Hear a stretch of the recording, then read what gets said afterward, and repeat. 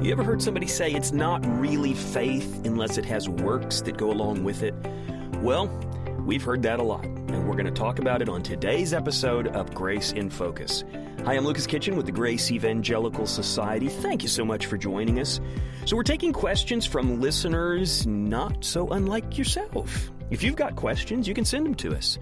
Our email is radio@faithalone.org.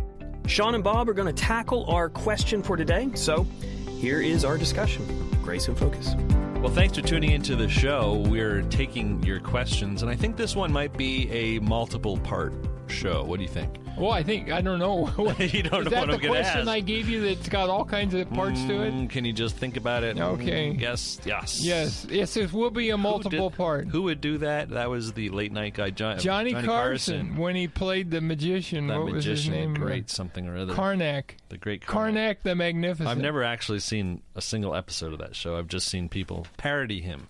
But anyways, okay, so this is a question from Vernon, and it's kind of a multiple. We might take more than one show. Vernon says this: the Calvinist and Reformed teachers that we read and study do not teach that salvation is gained or earned by perseverance and faith in good works. Well, before we go on, I would say that's questionable. Although they formally say that, informally they say something different. But keep going. Yeah, they teach that true faith is demonstrated by a faith that endures to the end. Okay, hang on. Now we've got true faith instead of faith, like Right. There's two kinds of faith. And it's what? Demonstrated? Right, so... and then by works that persevere to the end. So now we have perseverance brought in by the back door. I think I know what he means, but let me just read this and then we'll talk about it. The Bible teaches this, and then he gives a bunch of verses that teach this idea that true faith will endure to the end. Let's just kind of break that down a little bit. And we need to go over those verses. So technically, he says Calvinist Reformed teachers do not teach that salvation is gained or earned by perseverance and faith in good works. I could see why he would say that, because a Calvinist or a Reformed teacher would say God just predestines whoever he wants to salvation, and he causes them to believe, he causes them to do good works. So it's not really about them meriting anything. God is doing it. Okay, I can see how a charitable reading might come to that, but let me give you a couple of examples where that's really not true. For example, Tom Schreiner at Southern Seminary and Ardell Kennedy, who is at a Bible college, I believe, in Minnesota, they wrote a book called The Race Set Before Us. They're both Calvinists. Mm-hmm. They said, we're on a race, and they show a picture of a man running a race. Right. And they said the prize that he's running for is everlasting life, what they call throughout the book final salvation. Yes. So they say initial salvation is by grace through faith apart from works, and final salvation is by perseverance and good works. Right. Also, you might think of John Piper, a very famous Calvinist. He's now retired from the church he was at in Minnesota, but he still writes, still speaks, still has a website, desiringgod.org. He speaks all the time about final salvation, that our initial salvation is by faith apart from works, but we must persevere in order to have final salvation. Right. So there are many Calvinists now who will say, you're not going to get final salvation unless you persevere. Now, I think what they would respond is, because that's how you know if you have this God-given faith that is real or this fake, non-salvific faith that's just produced by the flesh. The God-given faith is going to have it's going to produce all of these works. It is a faith that works. It's not that it's meriting anything, because God is causing you to do these works. So it's kind of like, that's how you know that you have the right kind of faith. But the problem I see is this: when you're preaching that and you're a Calvinist and you're trying to figure out whether or not I have true faith or not, and they're saying, if you have true faith, you're going to do this, that, and the other thing, how's that going to feel for you? What are you going to think? You're going to think, it's not just enough for me to believe. I need to do these works to at least prove to myself that I have enough good works to have true faith. Exactly, and there are several books. One is called Assurance and Warning, I think by Gerald Borchert.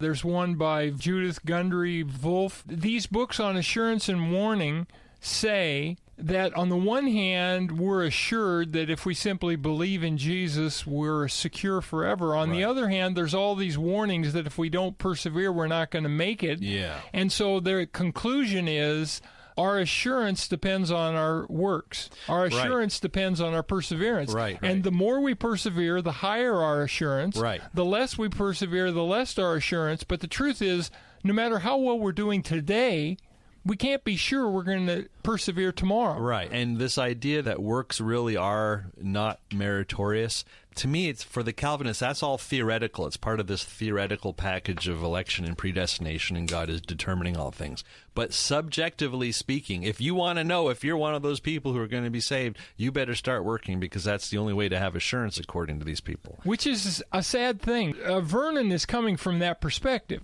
So he's disagreeing with us that assurance is found simply in believing the promise of everlasting life. We have to look to our works. And notice in Vernon's question, he talks about true faith, which, remember, you said there's two kinds of faith. For the Calvinist. Right, the kind that God gives and the kind that God doesn't give. Now, the weird thing is, according to the Calvinists now, which I think they have faith totally wrong, they're going to say two people can believe in Jesus for eternal salvation, but if you're not producing the right amount of works, you might have false faith. If you don't have any works, even though you believe in Jesus, that's false faith. That's natural, fleshly faith. True faith not only believes in Jesus, but actually kind of lives a certain type of life. True, although most Calvinists would say faith has three elements: notitia, sensus, fiducia, and that is understanding, acceptance, and trust. Right. And they'll say there's an intellectual component, an emotional component, and a willful component. Right. And you must commit your will to follow Christ. Right. And so most Calvinists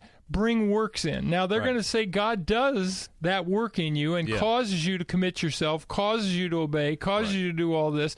But on the other hand, they say, but yet God uses the warnings to get the elect to do what he wants them to do, because he wants to produce fear in us. Right. So to me, this whole thing is confusing. And by the way, I don't want to bang up the Calvinists here. We're just talking about Calvinism because that's what Vernon's writing about, and we're going to get to some of these verses he mentions. But I think the Arminian or the charismatic or the Pentecostal person is in the same position. Unless they happen to be free grace. There are some third-wave people. They wouldn't call themselves charismatics, I don't think, but third-wave people who are clear on the free gift of everlasting life. What about R.T. Kendall? Didn't he become, I think he's still alive. He's charismatic. And he's charismatic, but he does believe in the free gift of everlasting life. Yeah, so there are a handful, but most Arminians, most Pentecostals, they're going to say, to have true faith, you need to produce good works. I've often said that Calvinism and Arminianism are basically saying the same thing, and they together join hands around perseverance. Right. The difference is Calvinists will say, well, theoretically, God produces these works in us.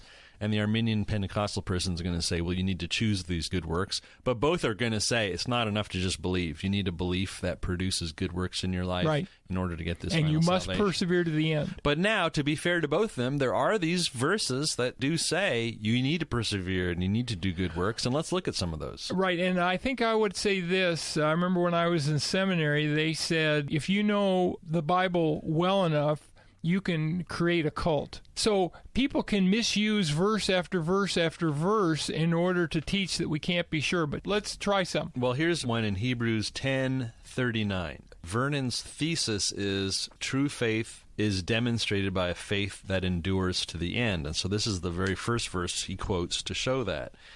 But we are not of those who draw back to perdition, but of those who believe to the saving of the soul. The problem with his view, which is that we are those who have the true faith, right? First of all, Vernon can't know that because he doesn't know if he's going to persevere, right? Right.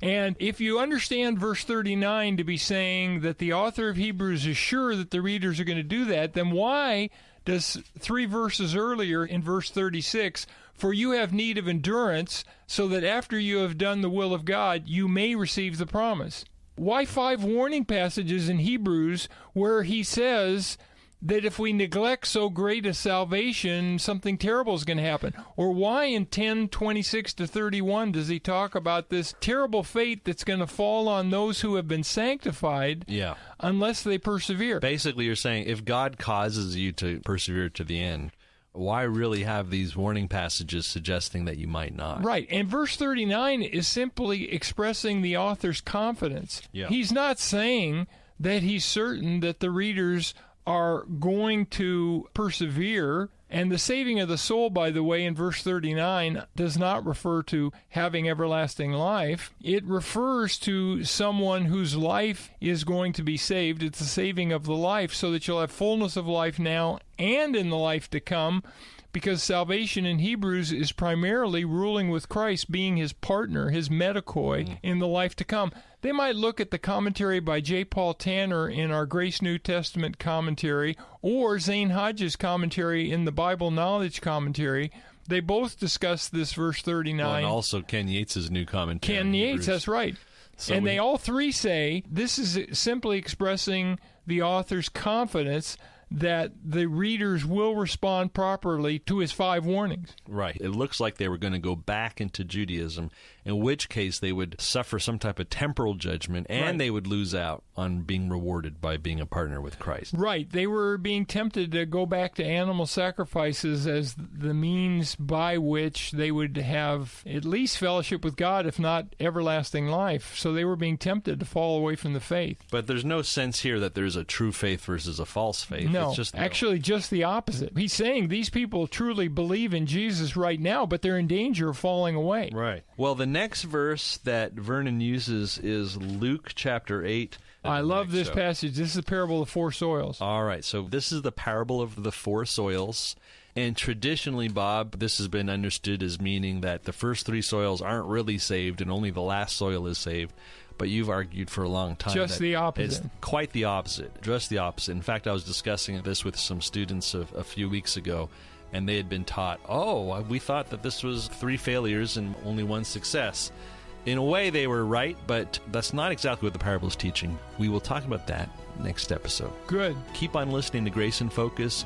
Listen to previous episodes at our website or on Stitcher or on iTunes, and we'll explore this issue. Is there a difference between true faith and false faith? And is that difference whether or not you produce good works? It's a great question. Keep on listening for the answer.